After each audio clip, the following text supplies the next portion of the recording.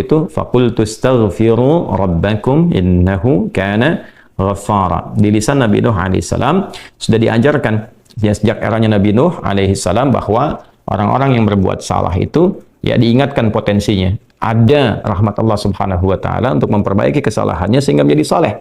Ya, ini satu fitrah.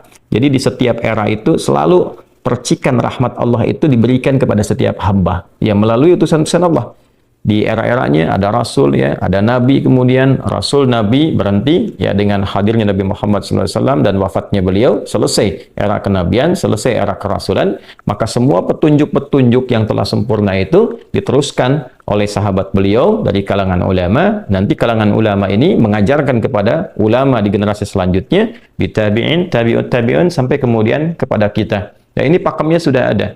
Jadi dalam diri kita ini boleh jadi setiap manusia itu kan tidak ada yang suci ya, kecuali para nabi dan rasul yang memiliki sifat maksum, dijaga dari kesalahan. Boleh jadi saya, Anda, kita berbuat satu kesalahan, tapi rahmat Allah menjadikan kita itu mendapatkan fitrah untuk memperbaiki itu. Nah, ini yang nggak dimiliki oleh setan. Setan itu salah ya salah, kan? Salah ya salah. Jadi ketika dia berusaha untuk mendapatkan rahmat Allah pun dengan taubat itu selalu terhambat dengan kesombongannya, istakbar itu. Ya, satu kali ditawari untuk bisa mendapatkan ampunan pun, ya lalu diberikan satu syarat untuk hormat kepada jasadnya Adam pun, kan, itu tetap kemudian dia abai. Sekali lagi saya ingatkan untuk menekankan bahwa kita ini tercipta sebagai manusia, bukan setan. Ya, sepanjang kita menyadari kita manusia dan berbuat salah, maka aktifkan sinyal taubat itu. Ya, sejak di era sebelumnya, bahkan di era Nabi Adam alaihissalam turun ke muka bumi, kemudian juga berkeluarga, ya risalah-risalah tentang taubat itu selalu kemudian disampaikan. Nah, di era Nabi Nuh alaihissalam, Rasul pertama. Jadi kalau Adam itu Nabi yang pertama, Nuh alaihissalam Rasul yang pertama. Umatnya salah. Maka dengan kasih Allah Subhanahu wa taala diturunkanlah kemudian pengingat.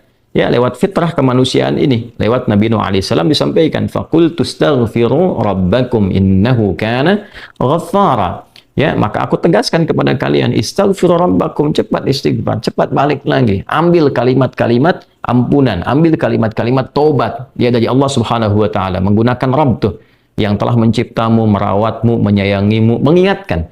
Jadi Rabb itu ada nilai-nilai rububiyah di dalamnya. Ya, ada sifat-sifat rububiyah. Ya, bukan sekedar mencipta, tapi juga merawat, memberikan perhatian, memberikan kebutuhan. Kalau dalam bahasa bebasnya Allah seakan ingin mengatakan, hei, aku kan yang cipta engkau, ya kan? Engkau berbuat salah, aku berikan kesempatan untuk saleh. Aku kirimkan di kalimat taubat, aku berikan kesempatan untuk memperbaiki diri. Kenapa engkau nggak ambil, ya kan? Ya, indah sekali gitu. Ya, aku ciptakan engkau salah, aku berikan jalan saleh. Kenapa ketika aku berikan jembatan untuk memperbaiki diri, engkau tidak ambil? Maka lewat Nabi Nuh alaihissalam, sejak di era kerasulan pertama itu diingatkan. Sampai nanti puncaknya di era Nabi Muhammad sallallahu alaihi wasallam.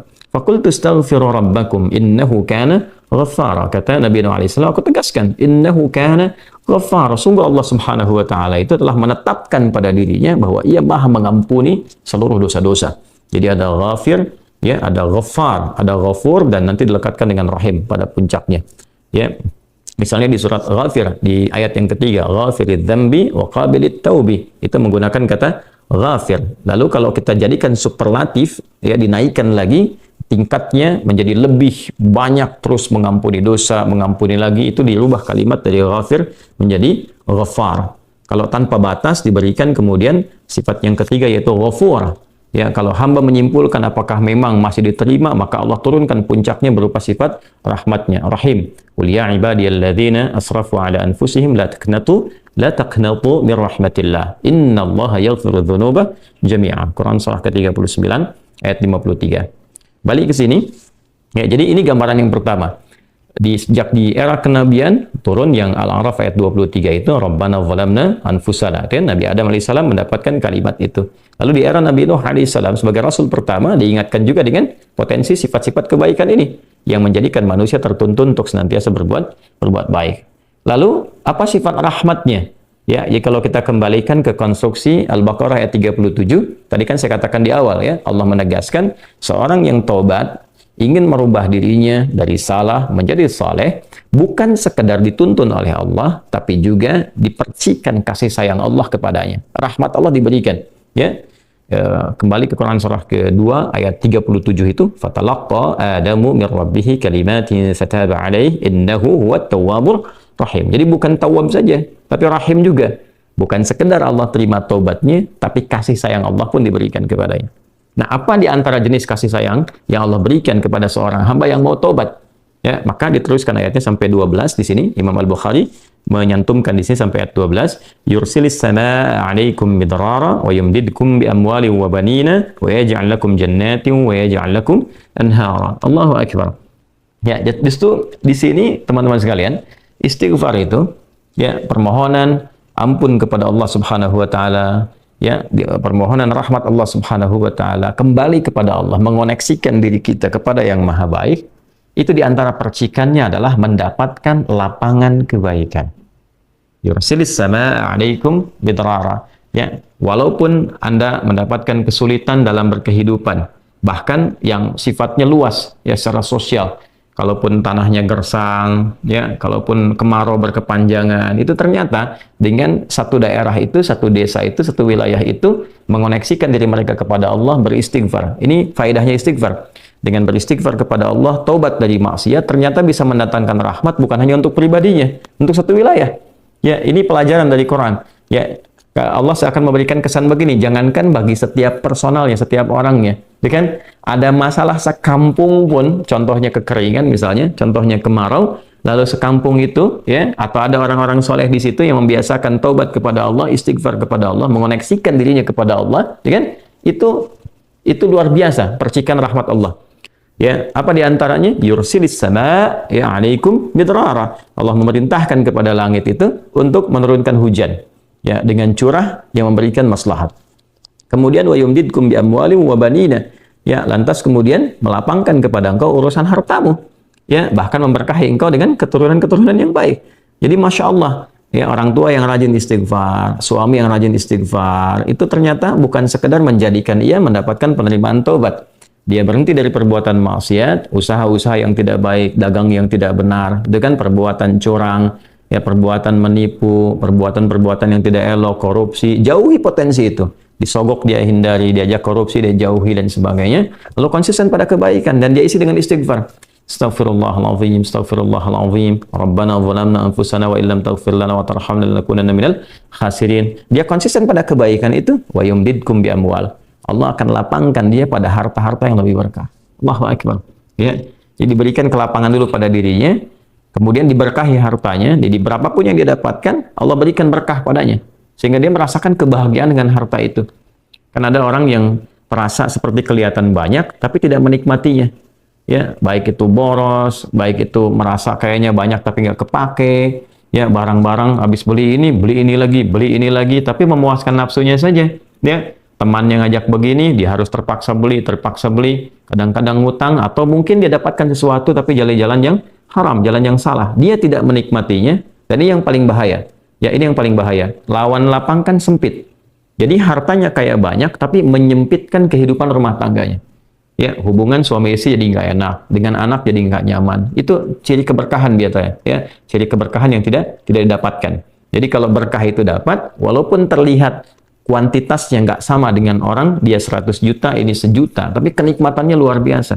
Ya, di rumah ada kebahagiaan, hubungan menjadi nyaman, apa yang ditata itu bermanfaat, yang dimakan menjadi daging, dari daging itu terkonstruksi menjadi pengetahuan, jadi macam-macam, jadi energi, ya energinya dipakai pada kebaikan.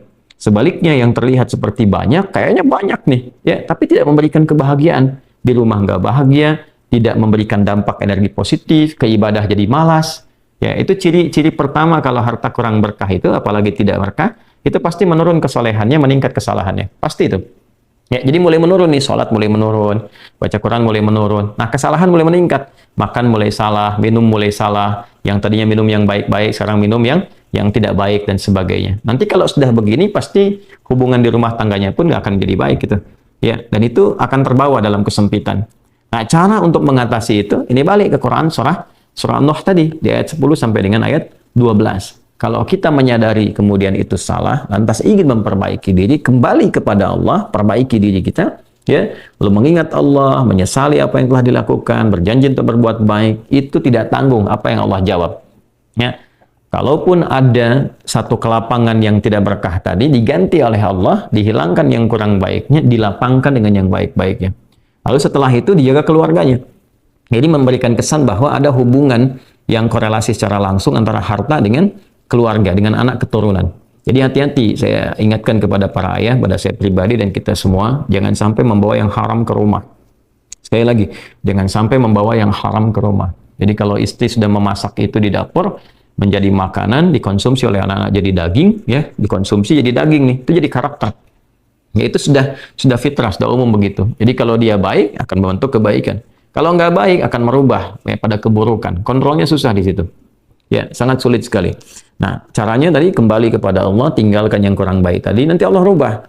Ya, cara dia mendapatkan harta itu, walaupun awalnya terlihat nggak nyaman, karena kan merubah diri, mengeluarkan yang kotor dulu. Ya, ya kalau terlalu banyak kotoran, mandi kan ya agak cukup pekat tuh mandinya, bersihkan lagi, rasa nggak seperti biasa. Tapi setelah dibersihkan semua jadi enak kan? Nah itulah agama begitu, dibersihkan yang kotor itu kayaknya awalnya nggak enak, tapi kemudian hatinya jadi lapang. Yang diberikan kelapangan hati dulu. Ya begitu hatinya lapang, baru nanti Allah buka jalan.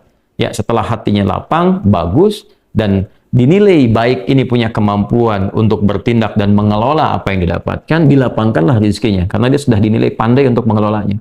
Setelah itu diperbaiki keturunannya. Ya. Wa banina wa yaj'al lakum jannatin wa yaj'al lakum anhara. Bahkan setelah itu dibikin kaya lebih dari sebelumnya. Ya asetnya ditambah lagi, diberikan kenikmatan hidup, ya sampai dijaga hingga kembali kepada Allah Subhanahu wa taala. Itu faidah istighfar. Jadi kalau kita biasakan bertekad, berniat memperbaiki diri dari yang salah menjadi baik, itu Allah sudah berikan motivasi. Aku bukan hanya terima taubatmu, tapi aku rubah keadaan hidupmu lebih istimewa, lebih mahal nilainya dibandingkan dengan keadaan sebelumnya yang terlihat seperti fata morgana. Kemudian dikuatkan dengan Quran surah ketiga Ali Imran ayat 135 ya. Di sini disampaikan Allah Subhanahu wa taala berfirman, a'udzubillahi minasyaitonir rajim. Bismillahirrahmanirrahim. Walladzina idza fa'alu fahishatan aw zalamu anfusahum ini dzakarullaha fastaghfaru lidzunubihim wa may yaghfiru dzunuba illa Allah wa lam yusirru ala ma fa'alu wa hum ya'lamun. Di highlight di sini di firman Allah Subhanahu wa taala, dzakarullaha fastaghfaru lidzunubihim. Ya, yaitu orang-orang yang mendapatkan rahmat Allah Subhanahu wa taala itu. Jadi ini korelasinya dengan ayat 133. Jadi ayat 133 itu Allah Subhanahu wa taala berjanji bagi orang-orang yang menyegerakan istighfar. Jadi ingat dosa hari ini nih. Sekarang misalnya malam nih, kita ingat ada dosa yang dikerjakan. Lantas ketika ingat itu istighfar. Istighfar, minta ampun sama Allah gitu kan. Itu menyegerakan sesuatu tanpa jeda disebut dengan sara'a. Ya, sara'a. Jadi ada sa'a, ada sara'a. Kalau sa'a itu menyegerakan sesuatu dengan persiapan. Ya, makanya besok nih ada Jumatan menggunakan sa'a. Fas'au bukan fasari'u. Ya, ya ayyuhalladzina amanu idza nudiya lis-salati min yaumil jumu'ati fas'au bukan fasari'u. Fas'au itu Quran surah Al-Jumu'ah. Ya, Al-Jumu'ah di ayat yang keberapa? Ayat 9. Gitu kan? Allah menyampaikan fas'au ila dzikrillah. Bersegera, tapi siap-siap dulu. Mandi dulu, pakai wangian dulu dan seterusnya. Tapi kalau dia bersegera cepat, nyaris tanpa jeda, itu menggunakan sarah. Sehingga guru-guru mengatakan bisurah, cepat, nggak usah banyak jedanya, ya kan? Nah, di Ali Imran ayat 133 Allah berfirman, "Wasari'u ila maghfiratin min rabbikum." Kalau engkau merasa ada salah, bergegas, jangan tunda-tunda. Ya ingat malam ini, jangan tunda besok. Gimana kalau kemudian tengah malam meninggal? Ya, segera istighfari. Nah, orang yang menyegerakan istighfar saat ingat kesalahan, apa yang didapatkan? Wa jannatin arduha as-samawati wal ardu uiddat lil muttaqin. Maka orang ini akan diberi harapan oleh Allah, ya diperkenankan untuk memohon, bahkan ketika pulang disiapkan surga untuknya seluas langit dan bumi. Dan itu bagian dari sifat takwa. Jadi takwa itu bukan sekedar amar ma'ruf. Saat Anda ingat sholat, Anda ingat puasa, ingat baca Quran. Tapi takwa juga ada bagiannya nahi mungkar. Saat Anda ingat salah, lalu Anda taubat. Ya, saat Anda ingat salah, Anda pengen jadi soleh. Saat Anda ingat maksiat, Anda ingin taubat. Itu bagian dari takwa. Nah, bagaimana kemudian cara mengimplementasikan itu semua? Nah, ini poinnya. Ya, walladzina idza fa'alu fahishatan aw zalamu anfusahum dzakarullaha fastaghfaru lidzunubihim. Itu orang-orang. Ini menggunakan, sering diterjemahkan dengan orang-orang yang, gitu kan? Walladzina, alladzina disebutkan 1080 kali dalam Al-Quran setidaknya. Ya, mencakup semua tanpa batas. Laki-laki, perempuan, besar, kecil, tua, muda, punya jabatan, tak punya jabatan, semua tanpa kecuali. Artinya, semua orang dengan keadaannya, berpotensi berbuat salah. Ya, kecuali tadi Nabi dan Rasul yang punya sifat maksum. Ya, Allah jaga dari kesalahan. Kita yang bukan Nabi, bukan Rasul, itu berpotensi salah. Apapun profesinya, apapun jabatannya, apapun tugasnya, berpotensi salah. Ya, pun demikian termasuk saya. Pasti salah, pasti. Nggak ada yang nggak salah. Jadi kalau ada yang mencari kesalahan, misalnya saya pribadi, pasti menemukan. Pasti. Dan percuma mencari kesalahan manusia. Karena pasti ditemukan. Ya, dan ini catat yang paling penting. Hindari mencari-cari kesalahan itu karena kita tidak tahu bahwa mungkin ketika seorang divonis salah itu dia sudah mengistighfari, sudah mentaubatinya. Ini poin besarnya. Hati-hati gitu ya, hati-hati. Karena itu Nabi selalu menganjurkan mencari kebaikan orang, menyebutkan, meneladaninya, alih-alih mencari kesalahan seseorang. Ya kenapa? Karena pasti ditemukan. Tapi yang tidak pasti itu, kita nggak bisa memastikan orang itu sudah taubat atau belum. Yang paling bahaya adalah mencela orang, mencari kesalahan orang, mencaci orang yang sudah dia taubat dan taubatnya diterima orang, diterima Allah Subhanahu wa taala. Hati-hati ya, mencari kesalahan orang, mencela orang, ya kan? Yang dia sudah mentaubati kesalahannya dan taubatnya diterima oleh Allah Subhanahu wa taala. Allahu akbar. Itu azim, itu hati-hati ya. Ya, sesuatu yang besar sekali dosanya di sisi Allah Subhanahu wa taala. Nah, ini kembali ke sini ketika seseorang dia sadar berbuat salah, dia salah. Alladzina, semua orang potensi salah. Ya, idza fa'alu fahisyah, ketika dia berbuat fahisyah. Ya, fahisyah itu pernah saya sampaikan ya, turunannya nanti fahsya namanya. Jadi sifat kesalahan yang muncul dari syahwat. Ya, mohon maaf, zina, pornografi, porno aksi, kata-kata jorok, kata-kata kotor dengan semua bentuknya. Baik itu di media sosial, digital ataupun juga di praktikal yang nampak secara fisik misalnya, itu jelas salah. Jelas dosa. Ya, al-zalamu anfusahum, atau bentuk mungkar, menempatkan suatu bukan pada tempatnya. Ya, mohon maaf, ya, mencuri, merampok, membunuh, ya, korupsi, hoax dan sebagainya, itu zalim, perbuatan zalim.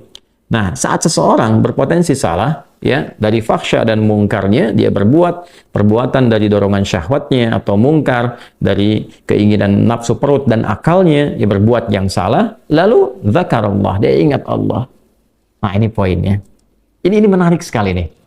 Ini menarik sekali. Kok lanjutan ayatnya zakarullah? Bukan dia sadar bahwa dia itu telah berbuat salah. Kenapa zakarullah? Ini poinnya. Ya. Karena Allah ingin selalu menautkan sifat seorang hamba menjadi baik itu dengan rahmatnya. Ini poinnya. Jadi kalau bukan rahmat Allah Subhanahu wa taala, mustahil kita bisa mengarah pada kebaikan. Allahu akbar. Ya, lillah karena Allah. Lillah karena Allah. Ya, jadi orang-orang yang bertaubat dengan merasakan rahmat Allah itu beda. Dengan sekedar dia pengen memperbaiki, lain rasanya, lain. Ya, jadi kalimat zakarullah itu mahal sekali. Jadi ingin memberikan dampak kesadaran kepada kita bahwa hey, Allah tuh nggak ninggalkan kamu. Ya, Allah tahu kamu salah, tapi sepanjang nyawa kamu belum sampai ke kerongkongan, kamu diberi potensi untuk taubat. Ayo tobat. Kan sering saya ungkapkan, Firaun saja, Fir'aunnya dikirimkan 2 nabi, Musa dan Harun. Ya, sebagai keadilan Allah, kasih Allah dan adilnya untuk memberikan hidayah. Ya, sampai titik puncak kan nyawanya di kerongkongan. Cuman sayang kan dia sendiri yang memilih untuk tidak mengambil hidayah itu. Sampai nyawanya di kerongkongan. Sampai tenggelam itu. Nah, itu sudah disampaikan informasinya, kisahnya, jejak sejarahnya sampai sekarang diabadikan supaya seluruh anak cucu Adam itu sadar jangan berbuat yang seperti itu. Ya, sekali lagi hanya setan yang tidak kenal taubat. Zakarullah, dia ingat Allah. Nah, sekarang tinggal kita mempelajari ketika ingat Allah itu apa yang harus dihadirkan. Tadi poinnya. Allah tawarkan kita bukan hanya sekedar jadi baik, rahmat dibuka, kasih sayang dibuka, kelapangan hati dibuka. Ya. Ya, makanya saya barangkali juga ingin menekankan materi-materi semacam ini yaitu penting untuk disampaikan ya kepada saudara-saudari kita barangkali yang sekarang dengan kasih sayang Allah itu ya diisolasi di satu tempat seperti lapas misalnya, lembaga permasyarakatan. Boleh jadi itu kasih Allah untuk diperbaiki sehingga dia konsisten bisa berbuat baik saja di dalam. Ya, terjaga dari perbuatan-perbuatan di luar, dikontrol supaya bisa kembali pada jalan yang baik. Dia bisa di dalam, bisa memperbaiki diri, istighfarnya enak, bisa ngaji, kadang ketemu ke masjid dan sebagainya. Kalau ini dimanfaatkan dengan baik, Allahu Akbar, Allah kasih kelapangan. Ya, walaupun mungkin tinggal di tempat yang sempit, terasa kemudian dibatasi dengan sel-sel, tapi hatinya lapang, itu luas, megah, dan jadi nikmat. Ya, orang butuh waktu untuk menghafal, butuh suasana. Anda punya tempat yang cukup ideal untuk menghafal Quran, memperbaiki diri, dan fikihnya ada kan? Dan Dan sangat jelas sekali kenapa di antara kisahnya Nabi Yusuf alaihissalam ya diizinkan oleh Allah untuk masuk ke dalam ruang itu untuk memberikan sebuah pencerahan sehingga menemukan modelnya. Ini model orang saleh yang mau jadi saleh. Bahkan setelah itu dia keluar dan diangkat jadi pembantunya raja, kan pada masa itu asisten rumah tangganya raja. Baik gitu. Dari sosok yang salah ya kemudian dia tobat mengambil petunjuk dari Nabi Yusuf alaihissalam, dia berubah jadi orang hebat setelah itu. Ya, jadi asisten rumah tangganya raja. Itu luar biasa gitu. Ya, tapi yang memilih kemudian untuk jalan-jalan keburukan tetap bertahan di dalamnya selesai gitu. Ya, ini tawaran sesuatu yang indah ya. Bahkan ada juga yang terakhir ini yang paling luar biasa. Orang yang sudah mendapatkan ancaman hukuman ya sampai kemudian juga mengakhiri kehidupannya tapi dia mau bertobat. Ya. Maka dia bisa mengakhiri kehidupannya itu dengan apa yang telah ditetapkan misalnya. Kan kita nggak tahu garis takdir itu bagaimana. Ya. Wallahu alam, tiba kemudian manusia memberikan hukuman tapi Allah dengan kehendaknya merubah itu semua, bisa berubah ya. Tapi kemudian kalau itu bersamaan dengan takdir yang telah Allah tetapkan, dia menjadi baik. Jadi di Islam itu selalu ada solusi dan pedomannya mengantarkan pada kebahagiaan. Itu poin tertinggi.